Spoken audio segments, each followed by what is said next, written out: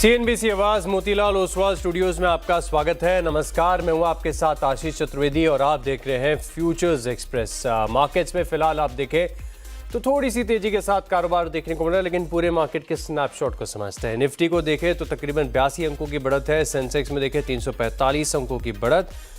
Dollar rupee slightly all time low से तो थोड़ा सा बेहतर ही है और ब्रेंट है काफ़ी कंफर्टेबल $82-83 के आसपास। ठीक ठाक कारोबार यहाँ पर आपको देखने को मिल रहा है। लेकिन एक बार के लिए निफ्टी का इंट्राडे चार्ट भी आपको दिखा देता हूँ कहाँ खुले थे और लगातार उतार चढ़ाव। ध्यान रखिएगा, आज का शो बड़ा खास है। कारण है कि आज निफ्टी के कॉन्ट्रैक्ट्स की वीकली एक्सपायरी भी है और ऐसे में बैंक निफ्टी आप देखें तो ये भी अपने गेंस को गिव अप करते हो, हालांकि बहुत ही फ्लैट है। 30 अंकों की गिरावट मायने नहीं रखती। बैंक निफ्टी को बाद आप निफ्टी को भी देखें तो ठीक ठाक यहाँ पर 85 अंकों की बढ़त के साथ कारोबार आपको देखने को मिल रहा है। लेकिन इस शो में सबसे ज़्यादा खास बात होती है कि हम डेरिवेटिव डेटा को बड़े ध्यान से समझते हैं। वायदा बाजार के ट्रेडर्स क्या कर रहे हैं इस पर हमारी नज़र रहती है। तो एक बार के लिए आपको एफएनओ का स्नैपशॉट दिखाता हूँ। मार्केट्स में फिलहाल कितने स्टॉक्स में तेजी हो रही है, कितनों में मंदी हो रही है और ओपन इंटरेस्ट का डेटा आपको क्या बता रहा है। तो लॉन्ग बन रहे हैं 50 स्टॉक्स में, शॉर्ट कवरिंग का सहारा है 55 शेयरों में। लेकिन ध्यान रखिएगा, 2 दिनों की तेजी के बाद अब 71 शेयर ऐसे हैं जहां पर नई मंदी की पोजीशन यानी शॉर्ट पोजीशंस नई बनती हुई नजर आ रही है। लॉन्ग अनवाइंडिंग हो रही है 39 स्टॉक्स में। टोटल मार्केट की ब्रेथ आपको स्लाइटली बेरिश साइड पर ही नजर आएगी। अब इन स्टॉक्स को थोड़ा सा और बाइफरकेट करके बताता हूं। लॉन्ग बिल्डअप हो रहा है PG Electroplast, pi industries, tube investment, Prestige estates और फिनिक्स मिल्स में। वहीं शॉर्ट कवरिंग है सुजलॉन में, बढ़िया चला आज ये स्टॉक। और बीडीएल 2% ऊपर, टाटा कंज्यूमर यहाँ पर भी 2-2.25% की तेजी, केन्स टेक्नोलॉजीज चला हुआ और आईसीआईसीआई लोम्बार्ड यहाँ पर भी है थोड़ी सी खरीदारी। वहीं बात करते हैं मंदी वाले शेयरों की तो नई शॉर्ट पोजीशंस बन रही हैं। नाल्को में 5.5% नीचे, हिंडाल्को सेम रीजन है, एल्यूमिनियम के भाव में गिरावट। विशाल मेगा मार्ट थोड़ा सा कमजोर, फोर्टिस हेल्थकेयर और वोडाफोन आइडिया यहाँ पर भी तकरीबन 2% की गिरावट। वहीं बात करें लॉन्ग अनवाइंडिंग की तो कल्याण ज्वेलर्स तकरीबन 11-12% चलने के बाद आज 2% फिसला है। एंजल हाई, ये भी एंजल वन भी आप देखें तो रिकॉर्ड स्तरों से गिरावट है। ऊनो मिंडा, क्रॉम्पटन और एयू स्मॉल फाइनेंस बैंक हल्की सी गिरावट यहाँ पर आपको नजर आएगी। यानी ओवरऑल आप देखें तो मार्केट का जो सेंटिमेंट है थोड़ी सी बेरिश साइड पर ही आपको नजर आएगा। अब एक काम करते हैं, दिखा देते हैं आपको निफ्टी की ऑप्शन चेन यह क्या कह रही है और वायदा बाजार के जो ट्रेडर्स हैं अपनी पोजीशन किस हिसाब से बना रहे हैं। तो निफ्टी में आप देखें तो ऑप्शन चेन आपको इंडिकेट करके बता रही है कि अभी भी 24,000 का जो स्तर है ये बहुत बड़ा हर्डल फिलहाल के लिए बना है, जहां पर सिग्निफिकेंट कॉल राइटिंग आपको नजर आएगी। तकरीबन 5.4 करोड़ शेयरों का ओपन इंटरेस्ट है और जिसमें 3.5 करोड़ शेयरों का एडिशन आज ही है। यानी ज्यादातर ट्रेडर्स ये मान रहे हैं कि 24,000 तो पार नहीं होना है। वहीं बात करें सपोर्ट ढूंढने की तो 23,900, ये कल भी रेंज हमने डिस्कस की थी, 23,900 से लेकर 24,000 और बिल्कुल उसी रेंज को रिस्पेक्ट करता हुआ 4.68 करोड़ शेयरों का ओपन इंटरेस्ट यहां पर आपको नजर आएगा। बैंक निफ्टी को समझते हैं, बैंक निफ्टी में क्या पोजीशंस फिलहाल के लिए बन रही है। तो बैंक निफ्टी का ऑप्शन चेन का डेटा आपकी स्क्रीन पर ध्यान से देखिएगा। अब डेटा सजेस्ट कर रहा है कि 58,000 यहाँ पर 8.89 लाख शेयरों का ओपन इंटरेस्ट है, जिसमें आप तक लीजिए समझ लीजिए कि ऑलमोस्ट 42,000 शेयरों का एडिशन यहाँ पर देखने को मिला है। 58,000 ये तो बड़ा रेजिस्टेंस है। वहीं बात करें सपोर्ट ढूंढने की तो 6.5 लाख शेयरों के ओपन इंटरेस्ट के साथ 57,000 ये स्तर है, जहाँ पर 57,000 से लेकर 58,000 तक की जो रेंज है ये निकल कर आ रही। थोड़ी सी देर में आपके पास ये भी नजर आ जाएगा कि मैक्स पेन की स्ट्राइक कौन सी है, जहां पर सबसे ज्यादा ऑप्शन बायर्स को होगा नुकसान। इसको भी डिस्कस करेंगे, लेकिन एक काम करते हैं, तब तक बढ़ते हैं शो में आगे। और डेटा डिस्कस करने के बाद अब हम बात करते हैं फिनवर्सिटी की फाउंडर ध्वनि पटेल से। ध्वनि जी नमस्कार, शो में स्वागत है आपका। डेटा दर्शकों के सामने हमने रख दिया, अब आज एक्सपायरी भी है, 2 दिनों से बढ़िया मार्केट में तेजी भी आ रही थी। फिलहाल के लिए डेटा क्या इंडिकेट कर रहा है? Good afternoon Ashish ji. और यहाँ पे ओवरऑल अगर हम डेटा को ही यहाँ पे देखते हैं तो निफ्टी के अंदर एक स्क्वीज देखने को मिल रहा है। ऑन द हायर साइड 24,000 के जो कॉल ऑप्शंस है उसके अंदर एक भारी मात्रा में यहाँ पे राइटिंग जो है वो देखने को मिल रही है। हालांकि बेस फॉर्मेशन अब जो है वो डेरिवेटिव डेटा सजेस्ट करता है कि 23,850 का जो लेवल है वहां पे हमें पुट ऑप्शंस के अंदर एक हैवी ओआई एडिशन देखने को मिल रहा है। तो एक रेंज बाउंड जो सेशन है वो आज का हम एक्सपेक्ट कर सकते हैं। गिवन एक्सपायरी हम एक्सपेक्ट कर सकते हैं कि 24,000 से लेकर 23,850 से 150 पॉइंट के बीच में यहाँ पे एक एक्सपायरी हम एक्सपेक्ट कर रहे हैं। तो इसके वजह से जो फायदा है वो ऑप्शन राइटर्स की तरफ आज का पलड़ा जो है वो ज्यादा झुकता हुआ देखने को मिल रहा है। एक तरफ का डायरेक्शनल मूव जो है वो यहाँ पे मार्केट में ओवरऑल मिसिंग होता हुआ देखने को मिल रहा है निफ्टी की तरफ से।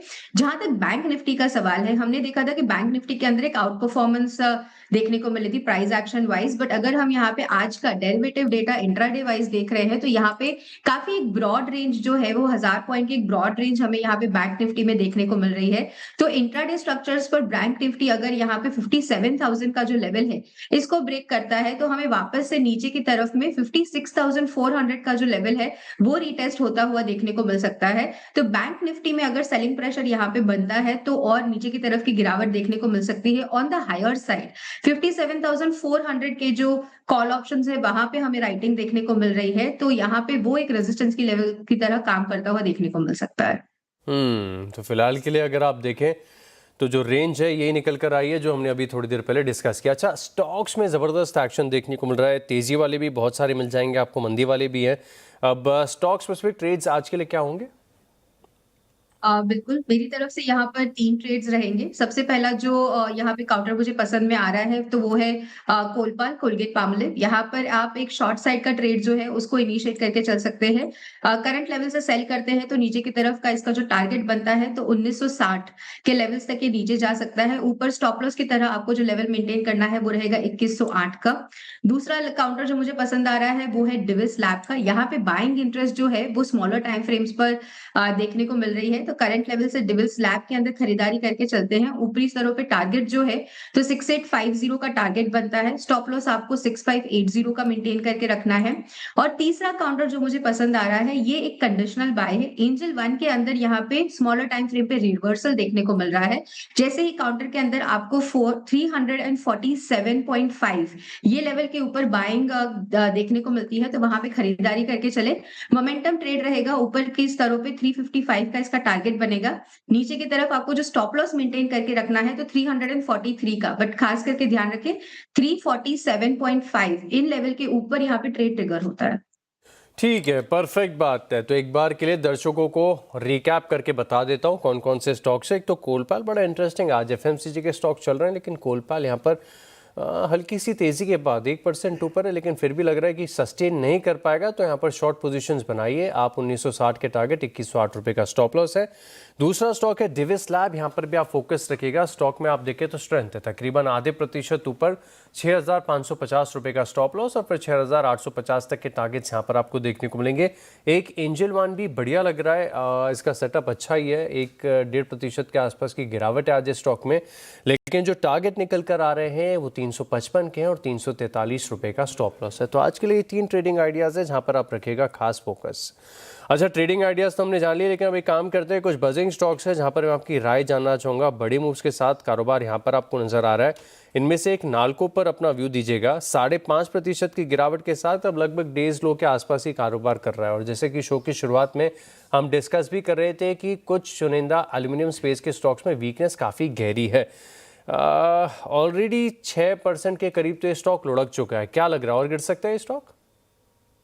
यहाँ पे इस गिरावट के बाद ना स्ट्रक्चर के अंदर एक ब्रेकडाउन यहाँ पे आशीष जी देखने को मिल रहा है। फर्दर गिरावट जो यहाँ पर है वो हमें एक सपोर्ट लेवल बनता हुआ देखने को मिल रहा है 350 के लेवल्स के पास। तो अभी फिलहाल के लिए गिरावट जो है वो और बन सकती है। सेल साइड के यहाँ पे कोई भी ट्रेड्स जिन्होंने लिए हैं तो वो ट्रेलिंग स्टॉप लॉस यहाँ पे 370 का मेंटेन करके रखे और नीचे की तरफ में जो टारगेट है वो 350 का बन के आ रहा है। बिल्कुल 350 तक के टारगेट्स यहाँ पर देखने को मिल सकते हैं। अच्छा, मेटल स्पेस की बात हम कर ही रहे हैं, नाल्को पर व्यू लिया। एक टाटा स्टील भी बड़ा कमज़ोर लग रहा है और लगातार इनफैक्ट ये तीसरा दिन है कमज़ोरी का। 1.5 से 2% की गिरावट यहाँ पर देखने को मिल रही है। टाटा स्टील अगर किसी को शॉर्ट करना है तो क्या टारगेट, क्या स्टॉप लॉस? फ्रेश शॉट्स के लिए तो मैं यहाँ पे सलाह नहीं दूंगी क्योंकि यहाँ पे ऊपरी स्तरों पे इसका जो स्टॉप लॉस हमें देखने को मिल रहा है तो करीब 200 के पास बन रहा है। तो ऑलरेडी वहां से काफी गिर चुका है। बट अगर शॉर्ट पोजीशंस ऑलरेडी है तो उन्हें होल्ड करके रखने की सलाह रहेगी। नीचे की तरफ 190 जो है वो इसका टारगेट बनता है।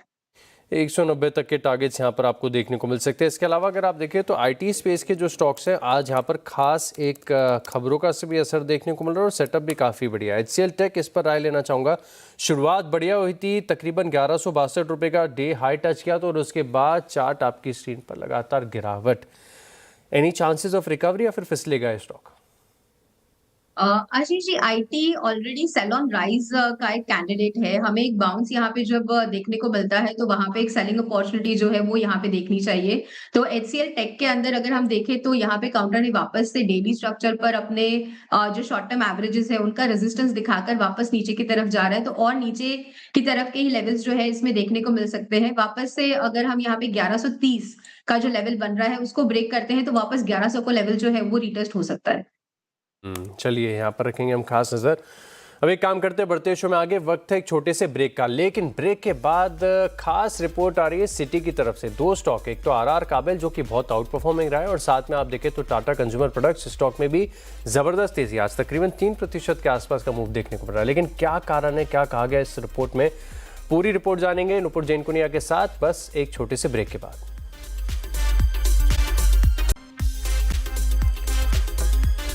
चलिए ब्रेक के बाद आपका स्वागत है और अब बात करते हैं दो स्टॉक्स के बारे में। एक तो टाटा कंज्यूमर प्रोडक्ट जिसमें तकरीबन आपको 3% की तेजी नजर आएगी, लेकिन आरआर काबिल शुरुआत बहुत बढ़िया हुई थी लेकिन अब गेन जिसके काफ़ी हद तक कम हो गए, सिर्फ 1-1.25% की तेजी देखने को मिल रही है। सिटी की तरफ से रिपोर्ट आई है, नुपुर जैन कुनिया हमारे साथ। नुपुर बताइए क्या खास कहा है इस दोनों स्टॉक के बारे में सिटी ने, और आरआर काबिल कोई आइडिया है कि स्टॉक क्यों ऑफ हाइस हो गया?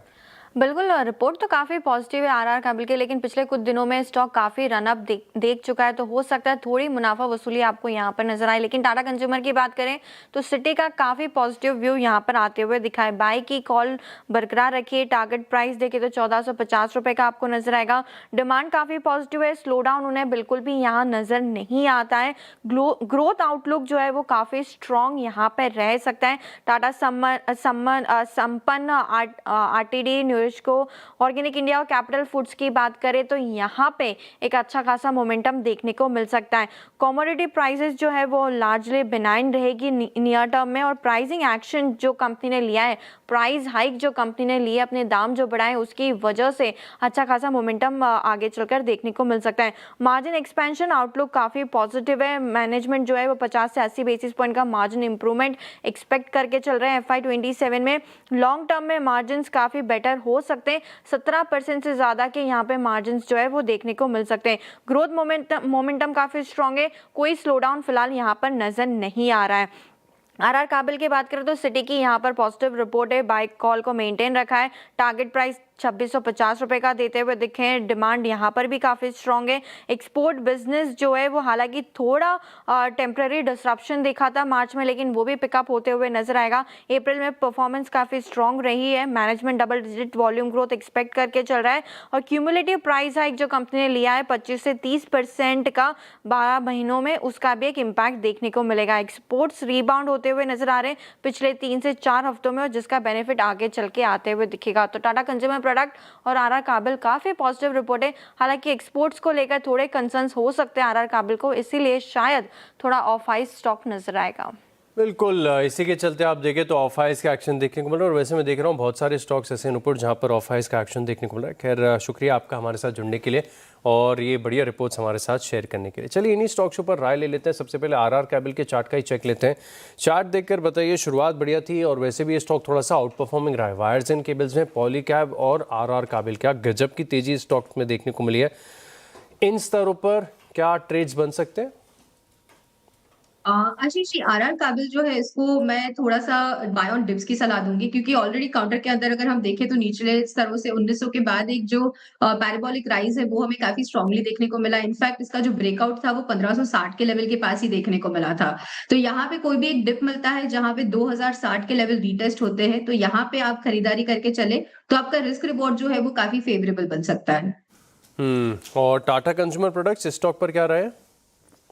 यहाँ पे अभी फिलहाल के लिए जो एक बाय सेटअप है वो स्मॉलर टाइम फ्रेम्स पर हमें डेफिनेटली देखने को मिल रहे हैं, बट जो डेली स्ट्रक्चर और हायर टाइम फ्रेम्स है वहां पे काउंटर एक बार 1140 का लेवल क्रॉस करता है तो यहाँ पे अपने जो short term long term DMR है उसको ऊपरी स्तरों पे क्रॉस करेगा तो पोजिशनल ट्रेड वहां पे बनाया जा सकता है for short term target of 1200 और फिर ओवरऑल डेरिवेटिव डेटा इसका जो है वो 1300 की लेवल तक के भी अपसाइड मोमेंटम दिखा सकता है, बट कंडीशनली 1140 के लेवल के ऊपर हमें क्लोजिंग मिलती है तब इसको यहाँ पे रिविजिट करना चाहिए। परफेक्ट है, तब यहाँ से आपको रिविजिट करना चाहिए। अब एक काम करते हैं, बहुत छोटे से ब्रेक के लिए रुक रहा हूँ, लेकिन ब्रेक के बाद मच अवेटेड जो सस्ता ऑप्शन हमारी खास थी, मैं इसके ऊपर चर्चा करेंगे बस एक छोटे से ब्रेक के बाद।